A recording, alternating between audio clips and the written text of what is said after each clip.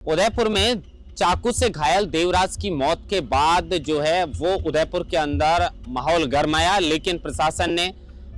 जो परिजन हैं उनसे बातचीत करके सहमति बनवाई और आखिरकार जो देवराज है उसका जो शव है वो पंच तत्व में विलीन हो गया। सुबह तकरीबन 5:30 बजे परिवार को जो है वो उसका देवराज का पार्थिव देह वो सुपुर्द किया। उसके बाद शव यात्रा वहां से निकाली गई। भारी संख्या में शव यात्रा के अंदर लोगों का एक हुजूम,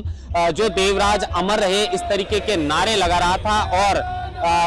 कह सकते हैं कि हजारों की संख्या में देवराज के जो अंतिम यात्रा है उसमें लोग शरीक हुए और शांतिपूर्वक ये शव यात्रा निकाली गई, क्योंकि प्रशासन पहले ही किसी अनहोनी से बचने के लिए सतर्क था। ऐसे में चप्पे चप्पे पर पुलिस बल को तैनात कर दिया है। देवराज की जब मौत हुई अस्पताल के अंदर, जैसे ही सूचना मिली थोड़ा सा उदयपुर के अंदर तनावपूर्ण माहौल देखा गया था, लेकिन प्रशासन ने बातचीत कर पूरी स्थिति पर काबू पा लिया और उसके बाद प्रशासन ये चाहता था कि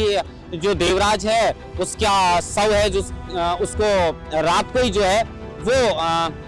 ले जाया जाना चाहिए पंचतत्व में विलीन करने के लिए, लेकिन प्रशासन का ये पक्ष था और जो परिजन थे वो चाहते थे कि ये अलसुबह होना चाहिए, क्योंकि वैसे भी हिंदुओं में ये मान्यता मानी जाती है कि रात के समय किसी का दाह संस्कार करना जो हिंदू रीति रिवाज है उसमें शुभ नहीं माना जाता। ऐसे में परिवार इस बात पर अड़ गया और प्रशासन इस पर राजी होते हुए सुबह का फैसला लिया गया। सुबह प्रशासन ने जो है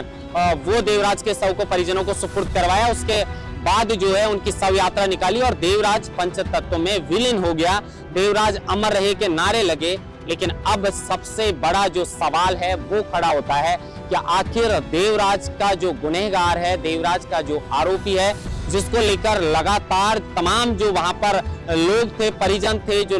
सब लोग यही मांग कर रहे थे कि जो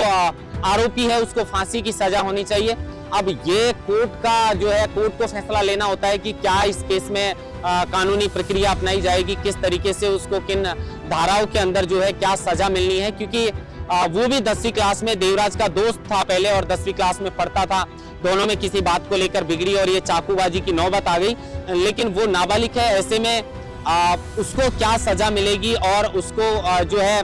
क्योंकि जो लोग हैं और जो परिजन हैं वो तो यही चाहते हैं कि उसको फांसी की सजा होनी चाहिए, लेकिन अब देवराज जो है वो तो पंचतत्व में विलीन हो गया, लेकिन अब दूसरा मुद्दा यह है कि देवराज को मारने वाला जो आरोपी है, जिसने चाकू घोंपा है, जिसकी वजह से आज देवराज हम सबके बीच में नहीं है, उसको लेकर क्या कुछ कार्रवाई जो है वो हो रही है और क्या उस दोषी को जो आरोपी है उसको क्या सजा मिलने वाली है, ये कोर्ट तय करेगा। लेकिन इसकी तमाम जानकारी हम जो है वो लोकमत हिंदी के दर्शकों को